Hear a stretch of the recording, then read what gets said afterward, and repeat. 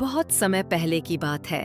घने जंगल की छांव में एक दानव छुपा था। ना भूखा था ना हिंसक, पर उस पर श्राप था।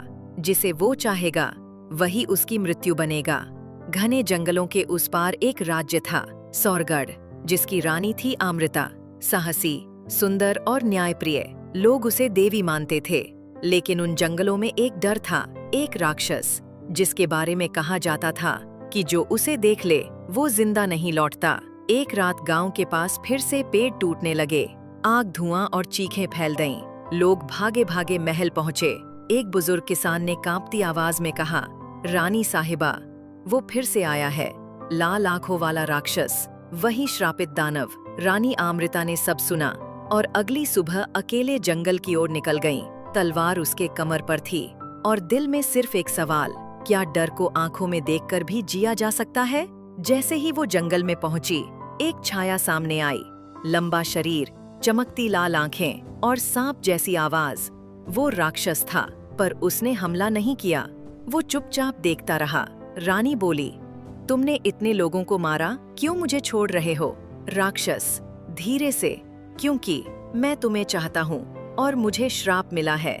जिसे मैं चाहूंगा वही मुझे मार देगा। रानी चौंक गई। एक राक्षस और प्रेम। इसके बाद हर दिन रानी जंगल जाती और राक्षस से बातें करती। वो उसे इंसानों की कहानियां सुनाती, भावनाएं सिखाती। अमृता ने एक दिन पूछा, तुम राक्षस हो तो ये सब समझ कैसे पाते हो? राक्षस बोला, क्योंकि मैं जन्म से राक्षस हूँ, लेकिन आत्मा से हमेशा इंसान बनना चाहता था। धीरे धीरे अमृता का दिल भी नरम होने लगा। लेकिन एक दिन आचार्य ने रानी को चेताया, जिस राक्षस से तुम मिलने जाती हो वो श्रापित है। अगर तुमने भी उससे प्रेम किया तो वही श्राप उसे मार देगा। रानी समझ गई, उसका प्रेम ही राक्षस की मौत बन जाएगा। अगले दिन अमृता ने राक्षस से कहा, तुम मुझसे दूर हो जाओ, कहीं चले जाओ। राक्षस मुस्कुराया, अगर प्रेम से भाग सकता तो राक्षस नहीं होता।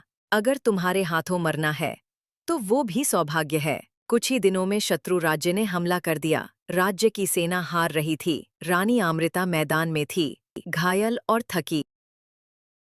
वो राक्षस आया। भयानक शक्ति से उसने शत्रुओं को कुचल दिया। राज्य बच गया।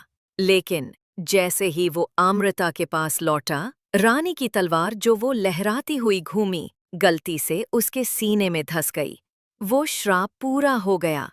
राक्षस बोला, प्रेम इंसान बना देता है और मौत मुकम्मल। रानी की आंखों से आंसू बहने लगे।